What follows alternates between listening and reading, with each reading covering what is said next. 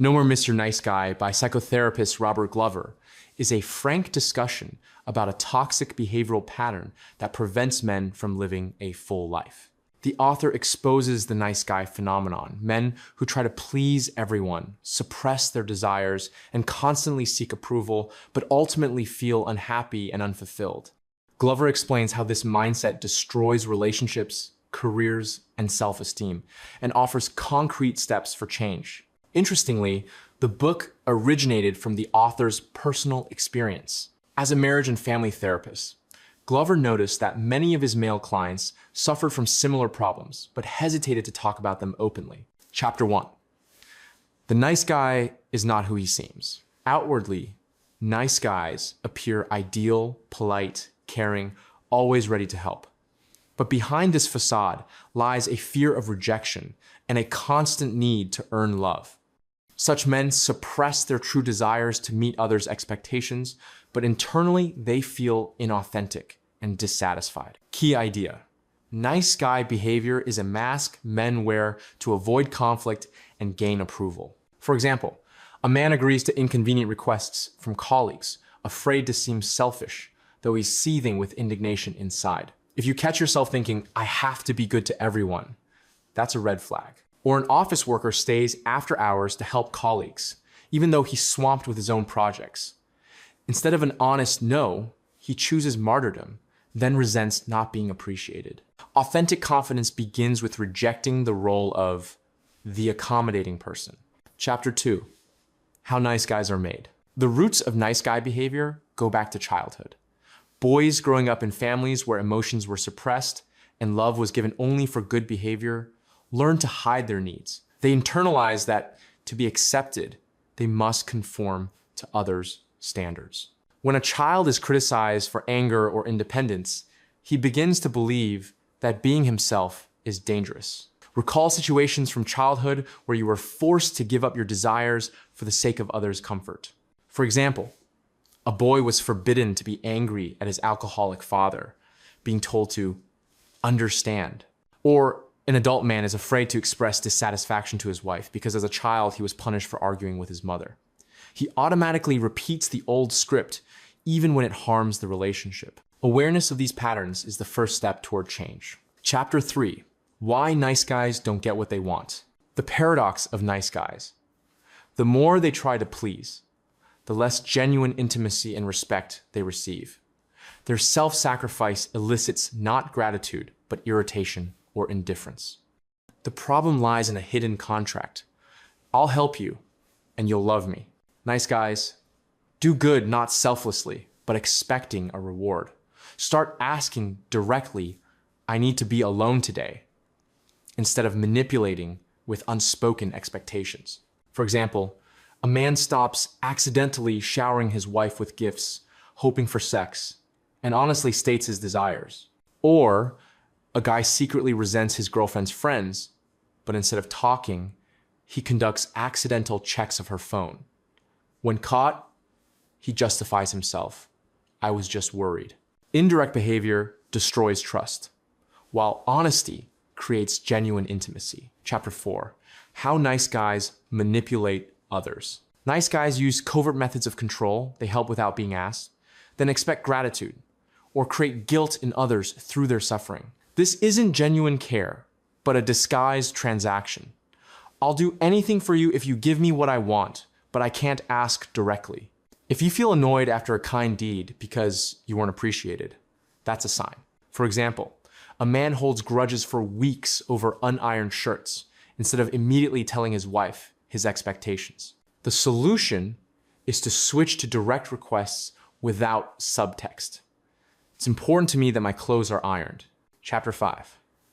How nice guys manipulate themselves. Nice guys deceive themselves too. They convince themselves that they like what they tolerate just to avoid conflict. They suppress anger, which turns into passive aggression, sarcasm, forgetfulness, accidental tardiness. Daily record 3 situations where you didn't act authentically. For example, you agreed to an uninteresting meeting, even though you wanted to decline. Gradually replace lies with truth. "I've changed my mind, I won't go." Chapter 6. How nice guys hide. The fear of vulnerability makes nice guys wear masks. At work, a confident persona. With friends, the life of the party. In bed, an experienced lover. But the more perfect the image, the stronger the fear of exposure. Consciously show your imperfections. Tell friends about a real, not embellished problem at work. Surprisingly, this garners more respect than attempts to appear flawless. Chapter 7, How Nice Guys Avoid Masculinity. Many nice guys unconsciously fear genuine masculinity, strength, sexuality, assertiveness, because they were punished for these qualities in childhood.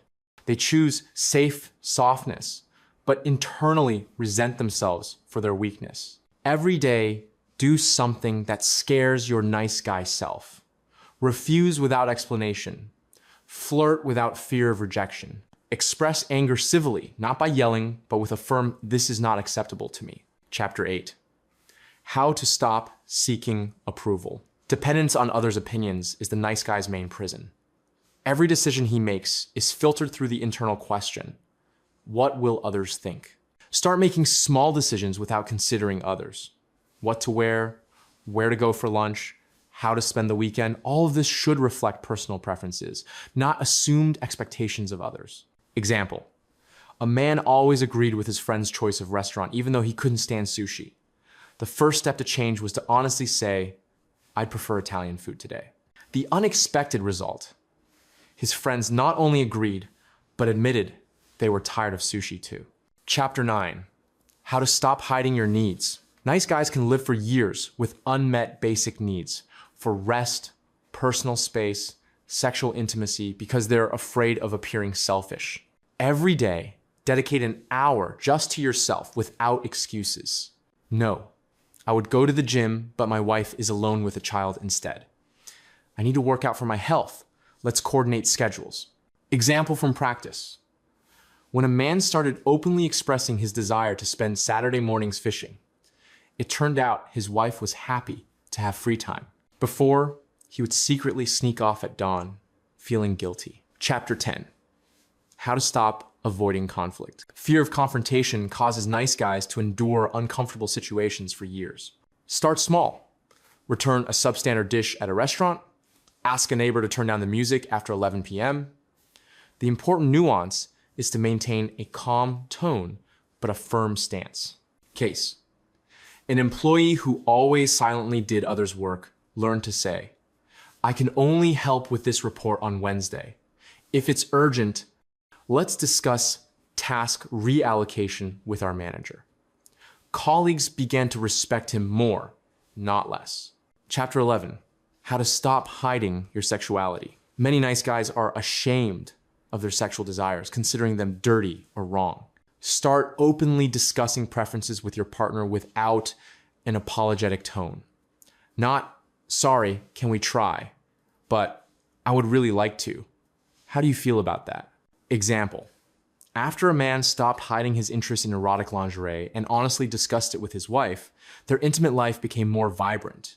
It turned out she was just waiting for his initiative.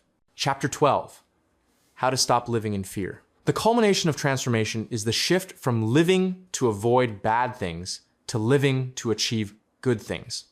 Every week, do one thing that scares your inner nice guy. Ask someone out, demand a raise, leave a job you dislike. A vivid example, an accountant who dreamed of becoming a photographer started small. He posted his portfolio on a freelance exchange. Within 6 months, he was earning as much as at his main job, and a year later, he quit. Fear turned out to be a paper tiger. This is such a wonderful book. I have compiled a separate list of all the important theses from this book, along with all the techniques and tools, and created a step-by-step action plan that you can immediately implement in your life. You can get all this in my community, Place of Power. There, you will find a detailed text analysis with similar lists for each book being reviewed. The community has already thoroughly analyzed and made available to you hundreds of world bestsellers, with a new analysis released every day. Follow the link in the description and use it.